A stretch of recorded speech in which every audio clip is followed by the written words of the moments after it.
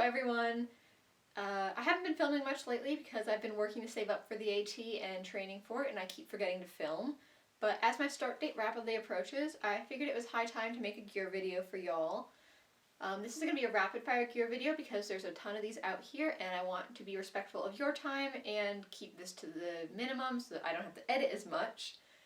But in that nature, everything below is going to be linked in the lighter pack. It's going to have weights, it's going to have prices, and those prices, a lot of them were on sale, so it's not going to reflect current MSRP in a lot of cases. I've saved up for this and prepared for this for a few years, so this isn't going to reflect what it would cost if I was suddenly deciding, hey, I'm going to go hike the AT in like a month, and was gearing up all at once. Final disclaimer is that I am not sponsored. None of this is sponsored. Any contests I mentioned were open to the general public. And yeah, none of this is sponsored. All opinions are mine and mine alone. This is the gear that works for me. It might not work for you. Please keep that in mind as you're listening through. And above all, do what's right for you, your body, and your hike. So with that, we're going to get into what I'm using on my hike. Alright, starting off with what I'm wearing for my basic, good-ish hiking weather clothing. I'm starting with the Patagonia baggies. Got these for $25 from Facebook Marketplace. Also from Facebook Marketplace is my hiking shirt. This is, I believe, the Patagonia Capilene Cool Trail shirt. My undergarments, which I'm not going to show, are the Sweaty Betty Stamina Sports Bra and just a basic pair of Ex Officio undies. The sports bra cost me $30 and the underwear I think cost me $15. On my feet, I'm wearing the Injinji sock liners. These cost $12 a pair. And the Darn Tough Micro Crew Hiker socks that cost $25. For my shoes, I'm wearing the Saucony Peregrines. These are the 11s, but I will likely grab a pair of 12s to start in since these have a lot of miles on them already. I got these for $95 and will likely pay close to $130 for the new pair. I'm also wearing a pair of Dirty Girl Gaiters, which cost me $25 to keep pebbles and dirt out of my shoes to prevent rubbing and blisters. My quote-unquote extras for worn weight are my Garmin Forerunner 235 that I got years ago as a gift, and my Cascade Mountain Tech trekking poles that I got for about $35 at Dick's Sporting Goods. Moving on now to my fanny pack. I was debating carrying one of these, but now that I use it, I absolutely love it. This is the Gossamer Gear Bumpster fanny pack. I won this one in a contest, so it cost me $0. And inside of this, I have my Sawyer Squeeze water filter, which cost me $28.65. My CNOC or NOC Vecto for water, long water carries in Pennsylvania. Using it to filter dirty water and carry dirty water and just generally water storage. This cost me $20.99 when I bought it. Additionally, I have my Nightcore new 25 headlamp, which I bought for $36.95, and I will not be removing its nice comfy headband strap. Also in here is my Swiss Army knife. This is the Victorinox Swiss Army Nail Clip 580. Which is the little tiny multi-tool I'll be carrying on trail. I got this as a gift a few Christmases back, and honestly, I absolutely love it. I've got a little carabiner on it, so it normally gets hung off my keychain. So that's what's in the fanny pack for now. As with everything else in this video, it's possible that where things are is going to change, and what I'm carrying is going to change for the duration of the trail. My pack is the Hyperlight Mountain Gear Wind Rider 3400 in the torso size small. This cost me $355.80. I also have the Hyperlight Mountain Gear shoulder pocket that costs me $28. On the front of the pack here, I have my Garmin InReach Mini 2 on my right shoulder strap. This cost me $279.99, and it's worth its weight in the peace of mind it gives my family and I in the event of an emergency. The shoulder pocket is going to, in this outside pocket, hold my hand sanitizer, so that's quickly accessible for snack breaks, bathroom breaks, just general grossness, because I don't want Giardia, I don't want Noro. I also have in here my phone, so I have easy access to it for checking far out and for vlogging and taking pictures This is the second generation iPhone SE. It currently has a Pila case on it. I will likely swap that out for an OtterBox before Trail or LifeProof case, just so that it stays, functioning. But even if I don't get around to that, the Pila case has held up very well, and I'm very happy with it so far. In here, I also have a pair of headphones that are hopelessly tangled always, that I'll use for editing videos, listening to audiobooks, music, on bad days. Really, my plan is no music, no audiobooks before noon, and even then try and avoid it in the afternoon. Also in here, if I can pull them out, I have a pair of earplugs for noisy shelters, and don't forget, this was a bag that a D20 dice came in that my friend gave me, so thank you Gyatso for the liquid core dice. My hip belt pockets on here are being reserved for snacks. This pack does not have a brain on it, so I can't do my usual stash snacks and pull out like I do with my old Deuter. But these are great for snacks. It's about a day's worth, and oh, I have Cliff Blocks in here. So yeah, these are my all-time favorite trail snack. I'll do a bigger video on what I'm going to be eating on trail later. And now we're going to swing around to the other side of the pack and what goes in here. So, the Hyperlite has these big mesh pockets. My side ones are going to hold my 2 smart water bottles. The big mesh pocket here is going to carry my bathroom kit and my rain gear. For rain gear, I have the Marmot Precip Eco Rain Jacket that I got for $40, and the Outdoor Research Helium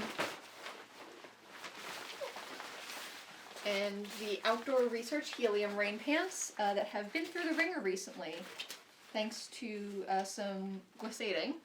But these cost me $106.97 in a gear shop outside of Zion National Park. And then my bathroom kit here consists of 2 gallon-sized Ziploc bags, one inside the other. This is the Vargo Outdoors Dig Dig. It's a little more durable than the Deuce of Spades, which is really nice for East Coast soil where it's rocky, rooty. It does have a serrated edge here, which is nice. And this cost me $17.46. But everything in the bathroom kit here I'm counting as already owned. It's just tampons and toilet paper and a couple gallon-sized Ziploc bags covered in duct tape for privacy. Here I also have my Kula cloth. This cost me $20 when I bought it. And this is in the Birds of a Feather pattern. That's about it for the outside of my pack. Now I'm going to start with what's on the inside. Right here at the top is one of my luxury items. This is my Write in the Rain notebook. This costs $9.95. And I'm going to count the pen as free because I probably picked it up off the ground in college. As a writer, that's an essential for me, so luxury for one, essential for another. I like writing pen and paper. After that comes my ditty bag. This is the Osprey 3-liter roll-top stuff sack. In here I have everything from my repair kit to my chargers because this bag is sort of waterproof. When I got this last February before my trip to Utah, this cost me $13. Inside of this I have another one of my luxury items. This is the Rawology Classic Cork Ball. This comes in at $16 because, my feet are going to go through the ringer on this. I might as well give them a hand. I also have a repair kit for my gear in here that consists of super glue, a sewing needle, a few sleeping pad repair patches, and all that goes inside a film canister. Most of this I already owned, but the repair kit for the sleeping pad was purchased from REI for about $7. It's the Sea to Summit one, and it's actually not available with them anymore, but I will link it from Sea to Summit's website in the lighter pack. And around this I just have a little bit of Leuko tape wrapped because it's a good way to store it. In addition to my gear repair kit, in here I have my human repair kit, aka my first aid kit. So I've got some band-aids in here, some Neosporin, a tick key because given how warm the winter's been, I expect it to be a bad year for ticks. And Lyme disease is no fucking joke. And I also have some anti-itch wipes in here for bug bites, allergies, if I get another spider bite. They're great. I love them. might actually carry more than I'm planning on that. And then I just have my other part of the first aid kit that's just my little OTC medications. I got some Pepto-Bismol, some ibuprofen, and some Zyrtec in here, again, for allergies and general antihistamine needs. So the other category of things in here is my electronics, which includes all of my charging cords, my phone charging cord, I think this is my headlamp charging cord, my Garmin charging cord, and my portable charger's charging cord, because nothing has the same charging port, which is amazing. But as I mentioned, I have a portable charger. I have the Nightcore 10,000 milliamp hour portable charger. I got this from Amazon for $59.95. I also have my wall charger in here. This one's from the brand Anchor. I got this for $21.99 in a 2-pack for Amazon. And all that goes in here, and none of it matches. Infuriating. Next up, we have my food storage. So the Appalachian Trail Conservancy recently recommended to use bear canisters or something else that's rated by the IGBC, International Grizzly Bear Council Conservancy. Inserting the word here because I don't remember. But I got the Ursac Major XL, which has gotten the IGBC seal of approval, and we love that. This cost me, I think, $75 on Facebook Marketplace, and I'm happy with it, but I'm still sort of figuring out how to pack it. I will link to the IGBC's website down in the description as well if you want to check out what they're doing and how cool they actually are. Inside of this, I do have quite a bit of food right now just to give it the correct shape, and because I am training, and training involves carrying what you're going to be eating and eating it. For my cook kit, I have the Toke 750 milliliter light titanium pot. This cost me $26. I also have a lighter in here. I'm going to say that I paid maybe $1 for this. If I didn't get it for free from somebody. No. My stove is the MSR Pocket Rocket 2. I got this a few years ago when it was $44.95. It just takes basic isobutane fuel, so right now I have the MSR specific fuel in here, but it will use whatever is available, and I do love that about this. And all that just nests neatly inside there. Also in here is my eating utensil. I am quite firmly Team Spork, and this is from Vargo Outdoors. I got it from Garage Grown Gear, and this cost me $11.95, and I like that it's bright purple. So that's it for the food bag. After that actually comes my clothing bag, which is the, if I can get it out, which is the Thermarest pump sack that comes with the Thermarest pads, because it's got this nice pump on here that I can use to force air out of here, or that I can use to force air into my sleeping pad, which reduces the amount of moisture in there, reducing the amount of mold and mildew that grow, and therefore extending the life of my sleeping pad, which is very important to me. So we're going to go through the clothing bag rapid fire. And we're going to start with small things. First up is my gloves. I'm using these REI fleece gloves that I got for $20.98. With these, especially in the beginning on rainy days, which I expect there to be many, I have the REI Gore-Tex Minimalist Rain Mitts. I got these for $34.98. My beanie is an old one that I've had since middle school from the brand Neff. This is getting counted as already owned. I think it costs like $20.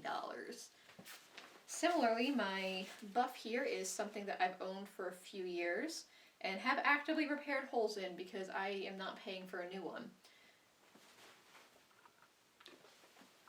And if my records are correct, this was probably $29 when I got it, because this is the lightweight merino wool one, and I like this quite a bit. There we go. I'm also carrying in here an extra pair of Injinji sock liners and a pair of Darn Toughs, just to keep my feet nice and dry while I'm hiking, or mitigate the amount of wetness is probably the better way to phrase that. So again, $12, $25, extra pair of my Ex Officio merino wool undies, and my Sweaty Betty sports bra, So as my backup, like sort of undergarment base layers, that comes to $82 total for all 4 of them.